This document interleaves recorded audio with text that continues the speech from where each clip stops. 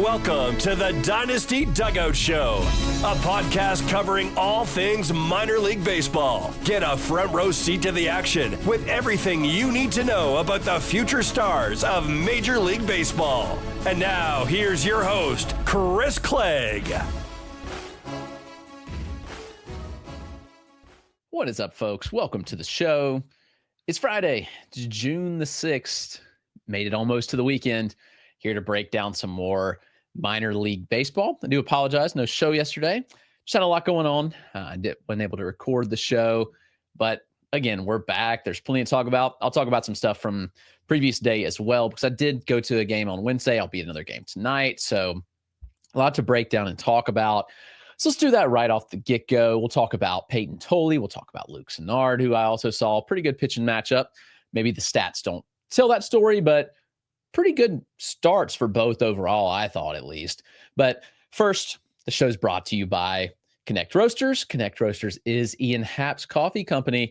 They make an incredible blend of coffee. Great, smooth. However you make it, you'll love it. You can get the Gold Glove blend of their coffee, buy one, going 50% off by using the code Dynasty Dugout at checkout. We're also proud to partner with Chinook Seedery. We're the best sunflower seeds in the game.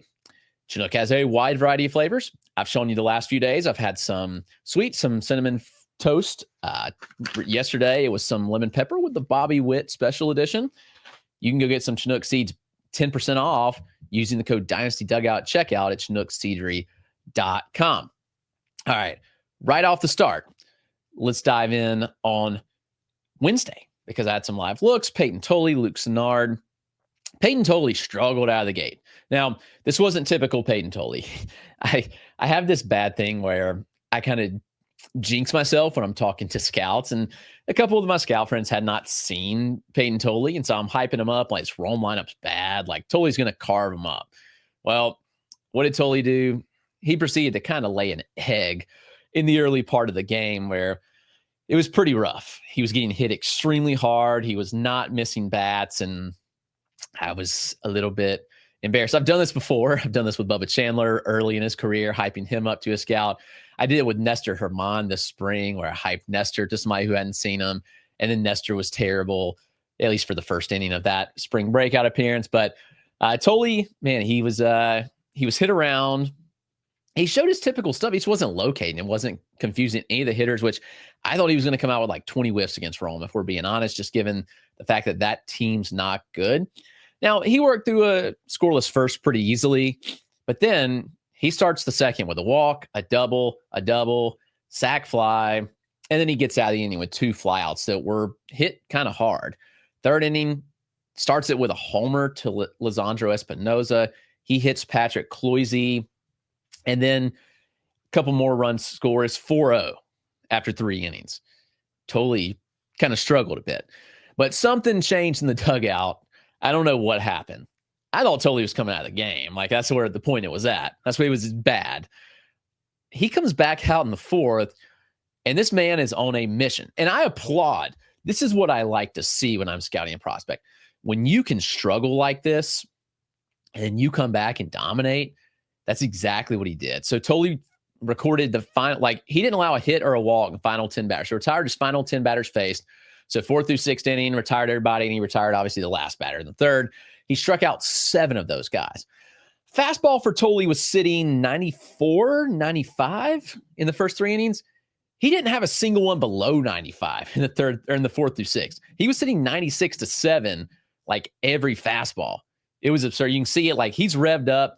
He's missing bats. Changeup looked good. It was 88 to 90. It was a sweeper, 83 to 86, and then a slider in the upper 80s as well. So Tolle mixes those two sliders. Those a sweeper, more of a traditional slider as well. And he keeps hitters on their toes. He wound up striking out 8 batters. So to rebound like that spoke a lot of volume to me. I don't know what flipped, but I like the resilience I saw on the mound from Payton Tolle. Big flip switch there. So good outing from him. Luke Sinnard, he's somebody that I like. I saw him in single A, and he was dominant. Remember, he had TJ in the end of 2023. He missed all of 2024. Braves drafted him and knew he was having TJ, but he's come back this year and been really good. Sinnard's fastball's velocity's holding 93, 95, and it held deep into the start. He only threw 5 innings, but it held. He allowed just 2 hits, and one of them was a Franklin Arias double. But again, when we look at that, like, it was a grounder down the third baseline and just honestly like snuck past the third baseman. So not a lot of damage overall. He did issue 3 walks, which was the biggest thing. Hudson White did have a double in the third inning. Other than that, I thought he pitched really well. He didn't miss a ton of bats, but he ended up with 3 strikeouts. The concerning thing was the 3 walks. But at the end of the day, Sinnard was still throwing strikes efficiently, I thought. The command came and went. The splitter's nasty. I mean, this low 80s splitter, he was running it on righties and just making them look foolish, which I thought was impressive. But overall, another good start from Sinnard. He's 6'8" righty. He's not overly dominant, but he's a good start. Like, he looks like a back-end starting pitcher to me, and that's a valuable prospect. Braves are probably going to push him pretty aggressively. Again, I think Sinnard's a good prospect. He's not going to be a stud by any means. Like, if you look at Tolle's upside versus Luke Sinnard's upside, it obviously goes to Tolle, given that Tolle can hit 97, but he has 7'10" of extension. I think Tolle's slider is probably a little better, but splitter for Sinnard, really good pitch. You'll see it below, but like that pitch a lot from him. So those are the 2 standouts, at least from the other day when I was at the game. The Rome lineup was interesting because at the end of the day, they only had 4 hits. They scored 4 runs. It was a typical minor league game, like lower level minor league game, honestly. So when you look at that, it's like, this is interesting, but that's where we were. None of the hitters in Rome's lineup really stand out to me. We don't have any of them having a OPS above 800. There's only 3 that have an OPS above 700. That's kind of the deal with that lineup. And everything you know about Franklin Arias. He keeps hitting game after game. I think he's rocking a 14 or 15 game hit streak at this point.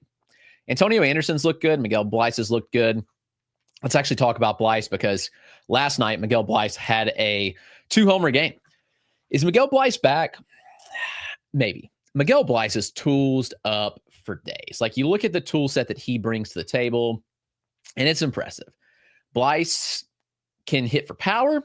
I mean, we've seen exit velocities up to 113 before.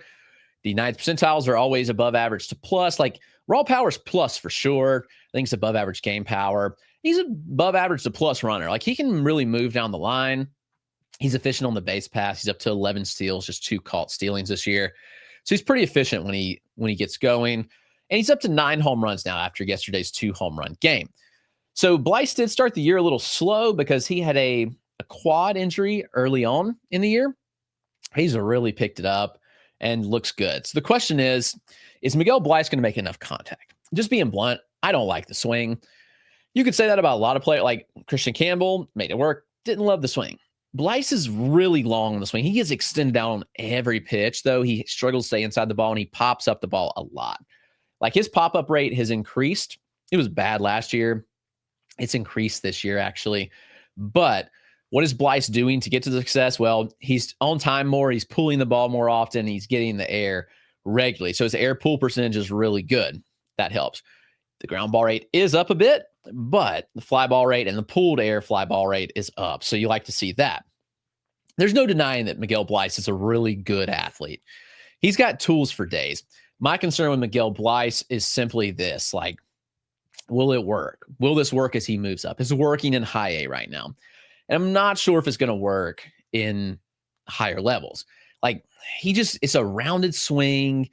It's pop everything up. And it works when he connects. Like, he backspins the ball well when he connects, but he doesn't connect, or he's not making square contact all that often. So it's a little bit of a concern with me about Miguel Bleis. But again, he's looked substantially better this year than he did last year. I'll say that. And I've seen a lot of Bleis over the years, and his comfortability in the box right now looks way, way better. So again, if you want to get back in on Miguel Bleis, I would not fault you. He's a good glove. He moves well in center field. He's got power. He's got speed. It's just the hit tool. I don't know how good the hit tool actually is. Contact rates are actually down a bit from last year, what we saw. But at the end of the day, like, it's all good. I mean, Bleis is a little bit more selective, which is good. He's picking his spots a little better, and he's seeing more results. Remember, this kid just turned 21 years old. So he turned 21 in March. So he's still really young for high, even though he got up there last year. So again, Bleis is a top 10, top 7 prospect in that org, maybe higher. but how high should we go on him? I don't know. So Miguel Bleis, Boston Red Sox, again, somebody I've seen a lot of that you need to know about. A couple other hitters from yesterday, because we did have several two-homer performances that stood out. Obviously, just talked about Bleis, but who else? Well, there were several other really good performances. From a 2-home run standpoint, I do want to highlight Colson Montgomery. Colson Montgomery has been really, really good since returning. What has he done differently? Well, he went on the dev list. He was bad. And he hit the dev list for a week and a half, and he's come back a different hitter. His contact rates are and the contact rates were fine, actually. And the EVs were really good, even before he was demoted or put on the dev list. But it was a nice reset for him. There's some things that I've heard regarding his swing, some pressures that were being put on him from external people outside the org. And I think the dev list was a big wake-up call for Colson Montgomery. And now he's like, okay, let's just go back to who I was, because Montgomery's always been a really good pure hitter. Let's go back to who I was, and let's do this thing. And so now he's letting balls come to him. He's seen the ball at all fields. And then yesterday we have the 2-home run game. He's seen the ball hard. He's hit the ball as hard as 115 this year. He doesn't need to force the power. He has a 9th percentile EV north of 108. And since he's returned from the dev list, it's like 109.7. So really high-end exit velocities for Colson Montgomery. So the contact rates are way up. It's like an 89% end zone since returning. The chase rate's down, I think, below 30%. I think 24% maybe I saw, and below 30% overall. And the overall contact since returning is like 79%. So Colson Montgomery, really, really good stuff. I think he's back. I really do. I really believe that it was a mental reset. He said, hey, I got to get back to being who I am. So Colson Montgomery, Chicago White Sox, he could be up pretty soon. And Cole Carrigg, we have to highlight. Cole Carrigg got a 4-hit game yesterday. He had a couple infield hits, but he's got blazing speed. He had another single into the outfield, but he smoked a home run in the top of the 11th. So we're in extras, top of the inning, 3-run homer that he smoked. He does it all. Carrigg also hosed somebody out from center field that sent them to extras. It was a tag up, and it was Corey Rozier who was tagging him. Corey Rozier can run now. Seen a lot of Corey Rozier too in the Red Sox org. He can run. And Carrigg showed off a big arm. I think Carrigg's got like a 70 arm at least. He's got plus or better speed. He's got some good angles as well. The exit velocities aren't standout for Cole Carrigg. And the question is contact. The contact's actually way down from last year. He's striking down a near 30% clip. But Carrigg's an athlete. He can play all over. He's kind of settled in the outfield. I don't think he's going to play anywhere but outfield at this point. But Cole Carrigg is a dude, and you need to know that name. Let's take a break. Let's hit a couple pitchers, and we will get right back at it. All right. Back from the break. I want to talk about Adam Serwinowski right out of the gate. Adam Serwinowski is a local to me in Greenville, South Carolina. He played on a very good high school team that won the state championship several years ago, pitched alongside Mavis Graves, who's in the Phillies org. And when you have two big lefties that are 6'5" in high school, you're unlikely to be beaten. And they had some good hitters too. They had David Mershon, who's in the Angels org. They have Peter Mershon, who was younger at the time. He's going to be drafted this summer most likely, or head to Mississippi State. There were some dudes on that team. Anyway, Serwinowski, first year of pro ball, full year last year, went to single A. He has ups and downs. It's good stuff, good fastball, good slider, and Serwinowski got inconsistent results. Now this year, he's looked substantially better. He lost his way a bit early in mid-May. So 4 starts in May. Serwinowski allowed 16 earned runs, if I'm not mistaken. I was looking at it. He had a rough go. I need to pull up the numbers. And he walked like 9 over that span. But he struck out 20 in 12 innings in those 4 starts. That was obviously good. Strikeouts were still there. You want to see that. But he bounced back in a big way yesterday. Serwinowski struck out 9, He had 1 walk, 1 earned, 2 hits on the start in 6 innings. So a really good start from Adam Serwinowski. He is throwing strikes at a higher clip this year. The strike rate is up to like 63%, which is pretty good. His quality of contact has improved as well. He's allowing less pulled balls. He's less predictable. And we're seeing some improved things. Now, Serwinowski is allowing some more homers this year. That can be fixed, I believe. He's allowing some more fly balls. So We'll see if that gets fixed over time, but Serwinowski is an interesting arm because he's got a good fastball, like they can really get on hitters, funky release, and he's got a really good slider as well. I think it's a plus fastball plus slider. So if the command's average now, we're looking at a good arm. Serwinowski desperately needs a better changeup. If he can further develop that changeup, then all of a sudden we're cooking.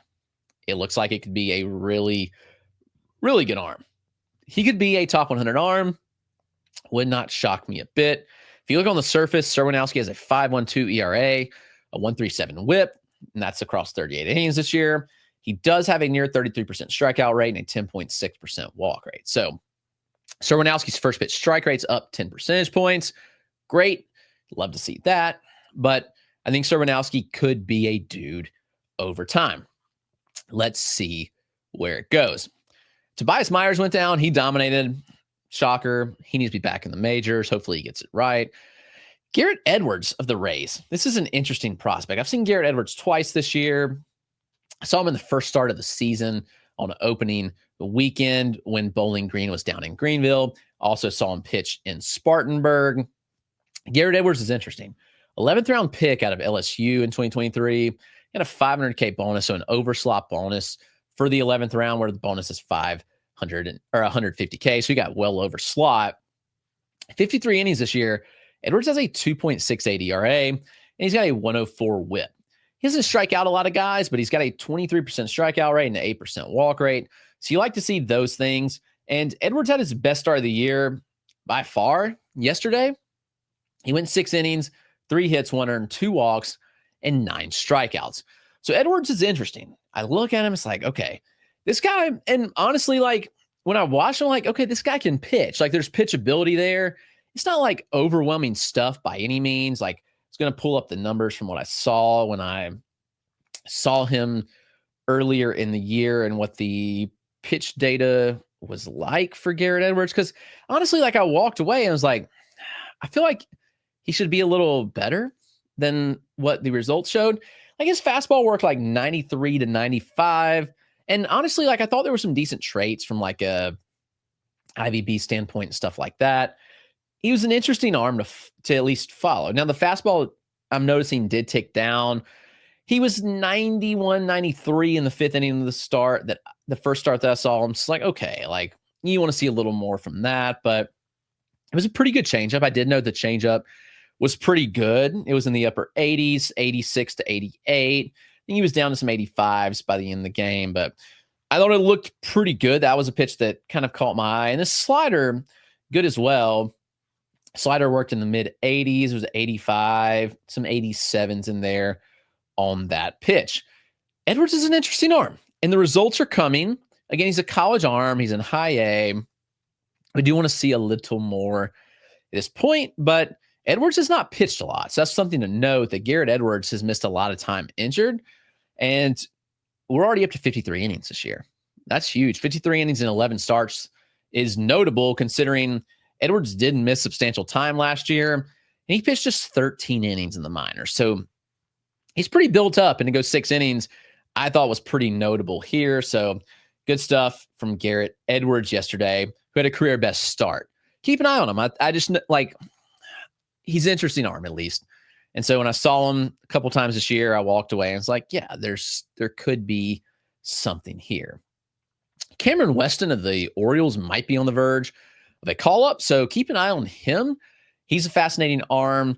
The Orioles actually have a slew of arms that are really good, but Weston might be the first one up because he's in AAA.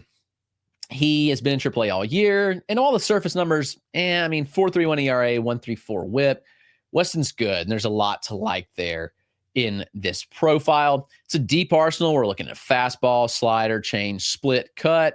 So pretty deep, and he had another good start yesterday. 6 innings, 7 strikeouts, 1 walk. He'd have 5 hits, 2 earned, but Weston's got some dominant stuff.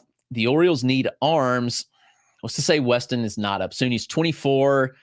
He's been in AAA all year. We're looking at 54 AAA innings this year after a dominant 109 innings last year. We had a sub-3 ERA and a whip right around 1. So Cameron Weston's an interesting arm.